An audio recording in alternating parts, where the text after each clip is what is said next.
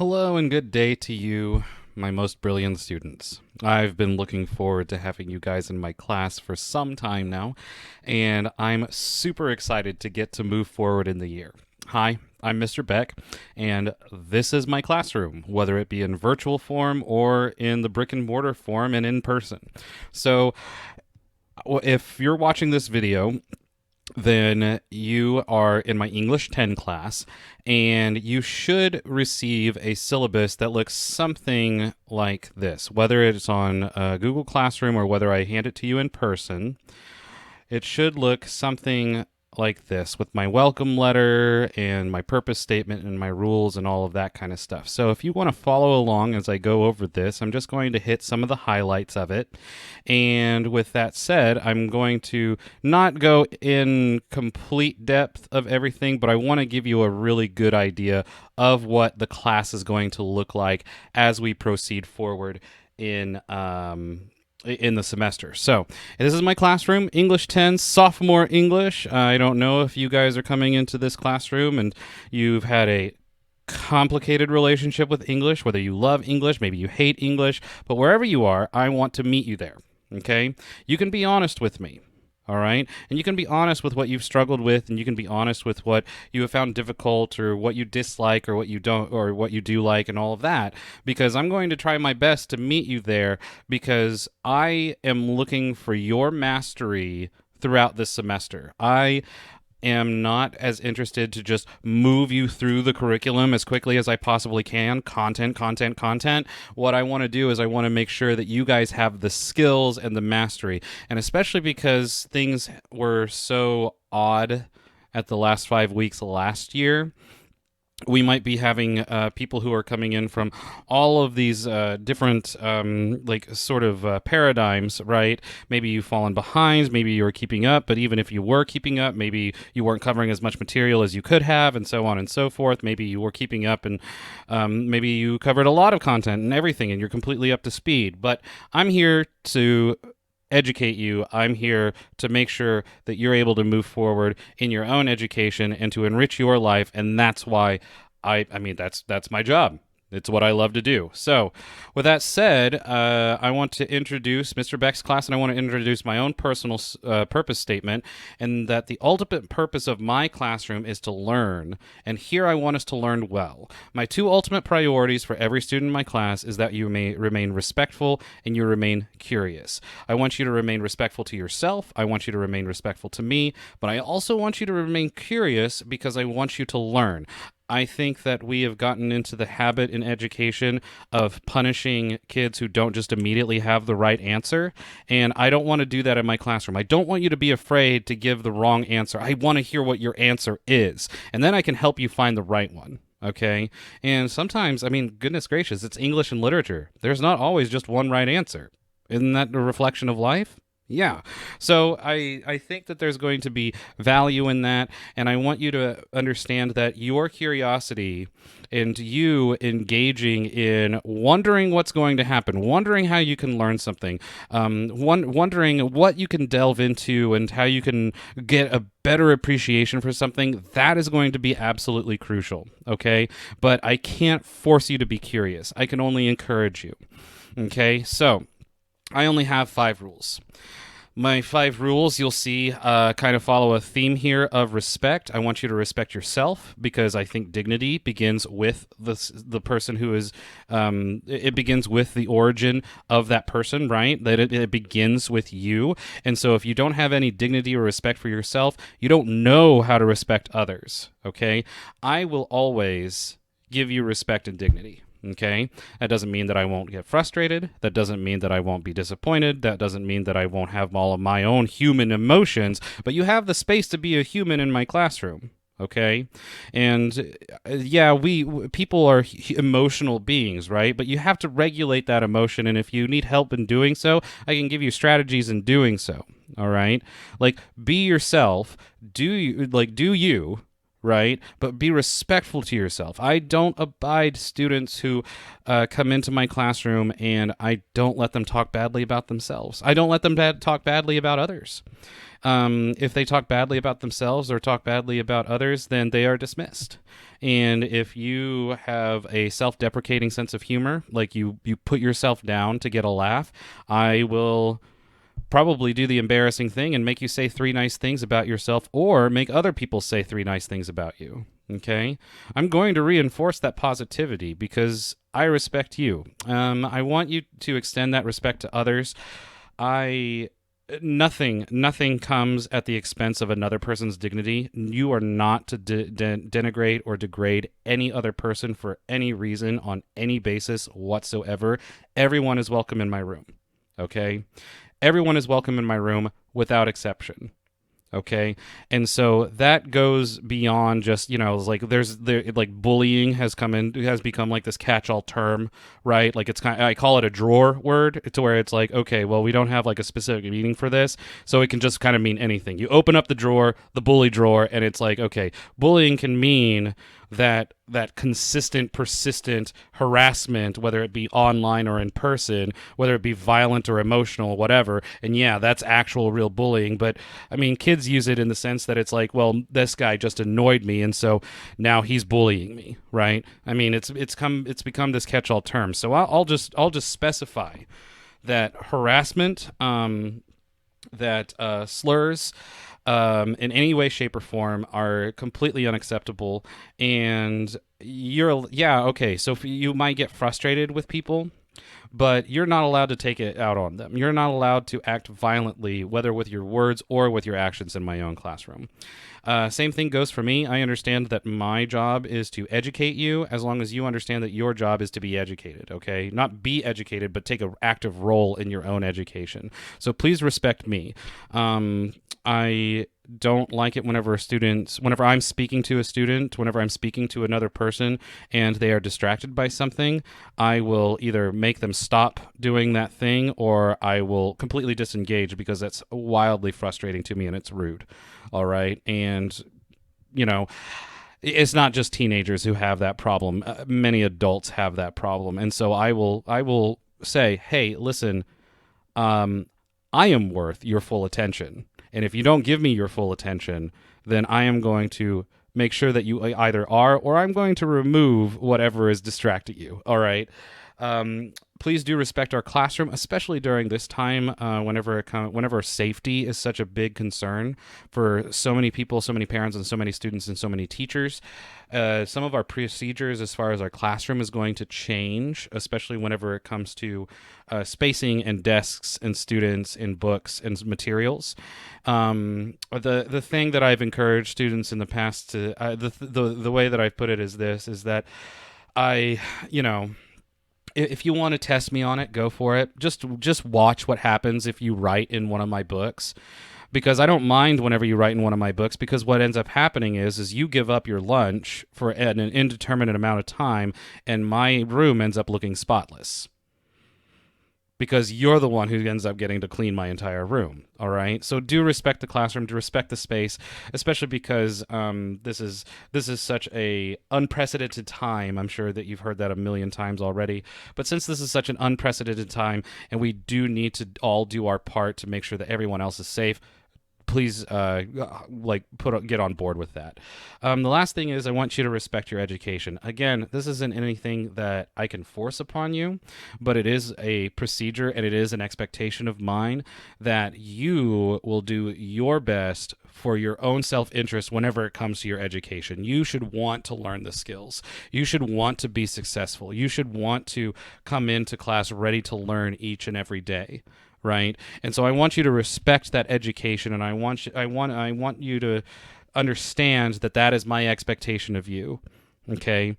Because I do not like failing students. I do not like giving students low grades, but the thing is I can't even modify something if I don't get anything turned in.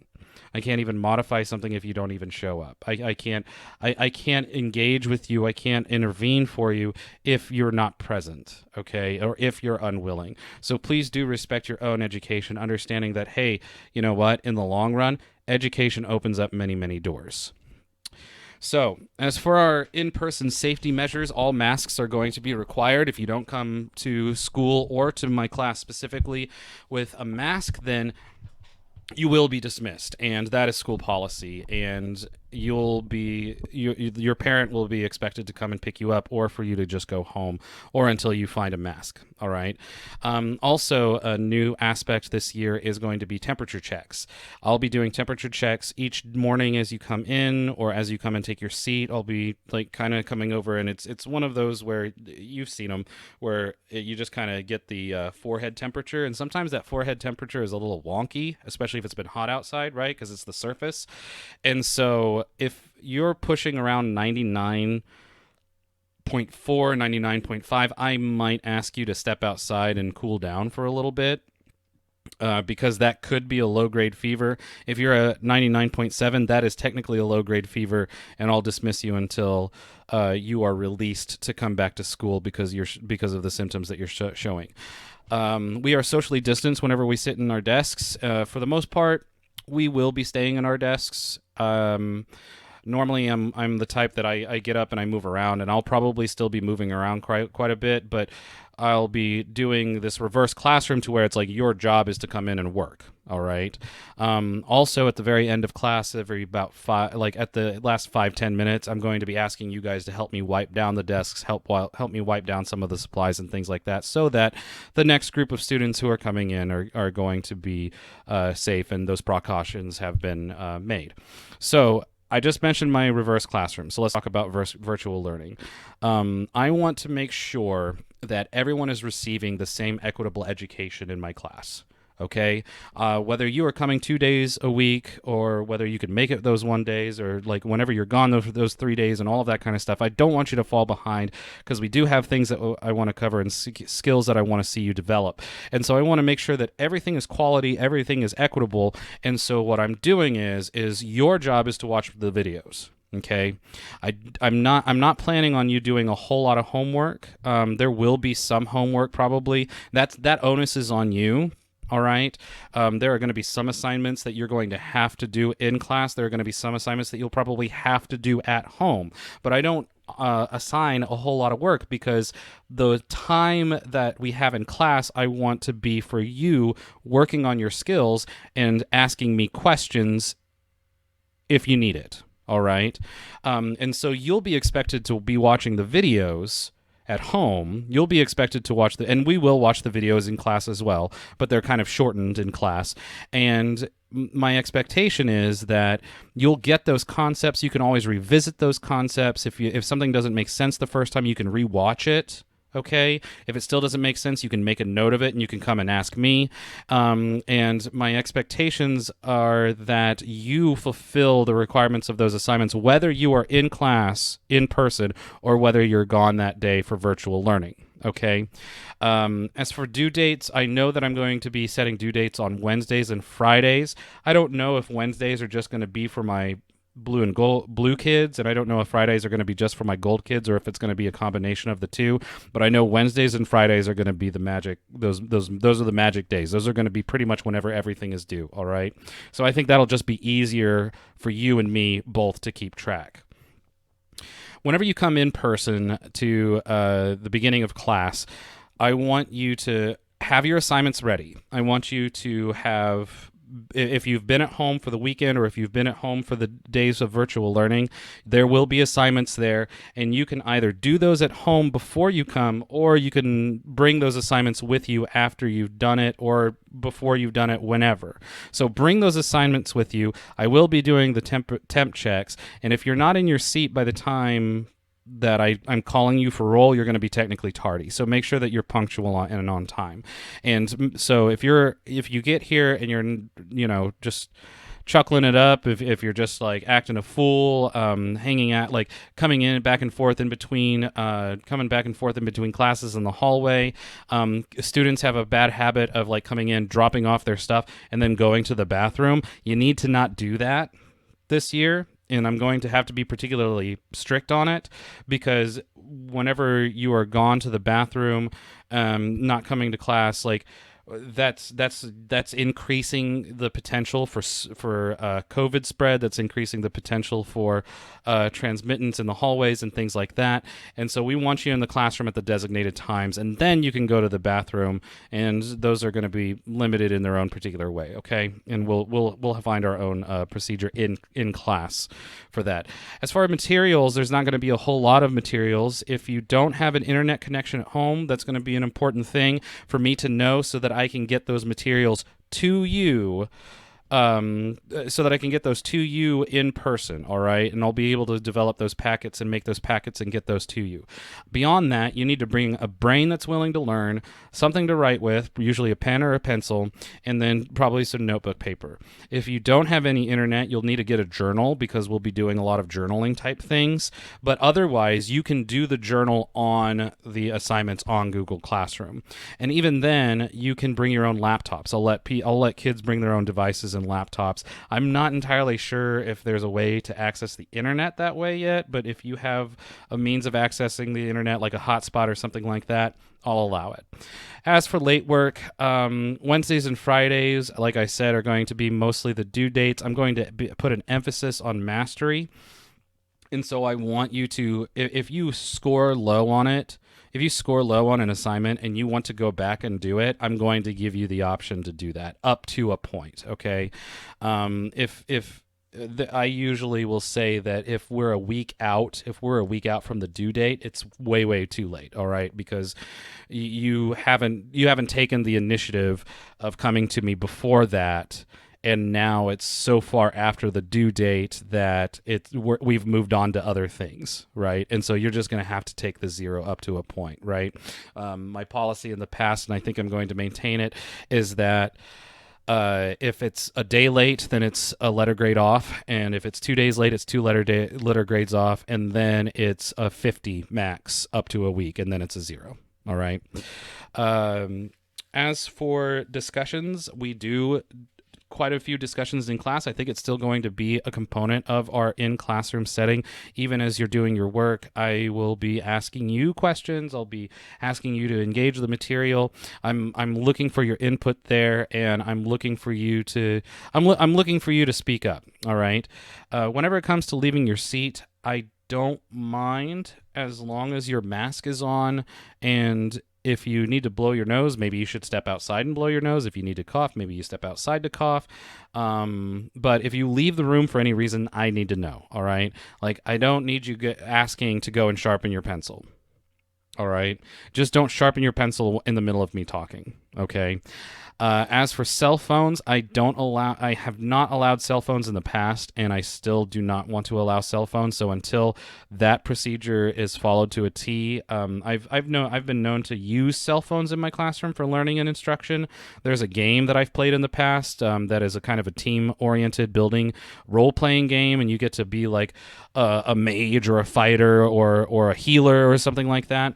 And maybe if you've had friends in my class, maybe you've heard of this. And so the thing is if you want to use cell phones in my classroom, you're going to end up having to earn that privilege. And I usually will just say, hey, as soon as you come in the threshold of my door, I don't want to see your devices. If you want to use your device for a hotspot or something like that, you need to come and you need to make sure that you ask me, all right? Because even then, I know that you can put your phone away and it can still be a hotspot. All right. As for other devices, I'll allow them to come in. But if there is at any time something that is a distraction to you in the learning process, I do have the discretion to either send you to the office, take it up myself, or have an administrator confiscate it from you. All right. And that can be indefinitely. If it's a persistent problem, it's usually not. All right. At the very latest, usually it'll be at the end of the day. All right. Sometimes it's even at the end of the hour. Just don't do it again. All right. So there's some there's understanding there, but yeah, I there's not to be any distractions from our learning. Okay. Our disciplinary measures. You'll first get a verbal warning, and then you'll have a one-on-one intervention, whether that's before class, after class, lunch detention, whatever it might be. And then I'm calling your parent or emailing your parent, and then I'm dismissing you to the office. Now, depending on the severity of the disciplinary measure that needs to be taken, maybe I will just skip a couple of those and go straight to the phone call or an email or whatever. As for rewards, notes and praise, communication with parents, archaic colloquialisms like radical and totally tubular dude because I'm a complete dork, and so much more. Learning in and of itself can be very rewarding, but I do my best to make sure that you guys you guys are incentivized. All right. I there has been talk of candy and donuts in the past, but I digress. So final notes to you guys, parents and students. I want you guys to sign and date the syllabus. Whenever I get that syllabus, that's your first quiz grade. Go ahead and get a 100 on your very first quiz grade. Okay. There's no reason not to get a 100 on that for it being late. So go ahead, sign the syllabus, date the syllabus. I'll be sending emails to your parents, and I will just let you and your parents know that anything that I post up in the classroom that is Google Classroom, I will do my best to make available to everyone. I want complete transparency in my classroom, and so I want everyone to be able to see my videos. I want everyone to be able to get my emails. I'll be sending like a weekly newsletter out to your parents, and I want everyone to be able to see the videos. Movies, for the most part, I don't think we're going to be watching a lot of movies because I don't think that's going to maximize our time. In the past, we've watched like To Kill a Mockingbird, and we've watched Julius Caesar. We've watched Dead Poets Society. The only one of those that is above a PG rating is Dead Poets Society, and that's usually just because there are some adult themes involving self-harm, and so that's a trigger warning for people. And anything else I just kind of skip that's inappropriate. Okay, so as for that, I'm not even sure we're going to be able to watch that. Okay, so if you have any questions, there's a place on the syllabus for you to ask questions, and as ever, you can always contact me through email, or you can make an appointment with me. Oh, one last thing, my office hours. My office hours are going to be this year my 4th period, so about 1:17 until the end of school is going to be whenever my office hours are. So you'll have the opportunity that if you don't have a class at that time, if you want some one-on-one tutoring, that's the time that you'll be able to come in. All right. If you want to take an assessment or a test with me present in the room, right, then that's the time that you'll need to arrange to come in. All right.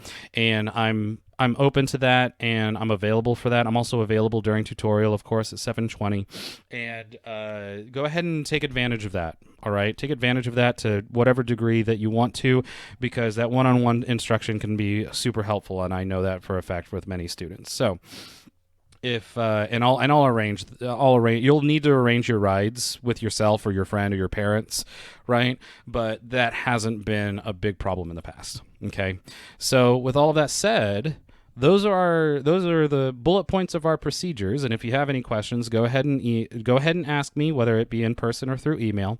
And I'm really looking forward to having you guys as my brilliant students this year.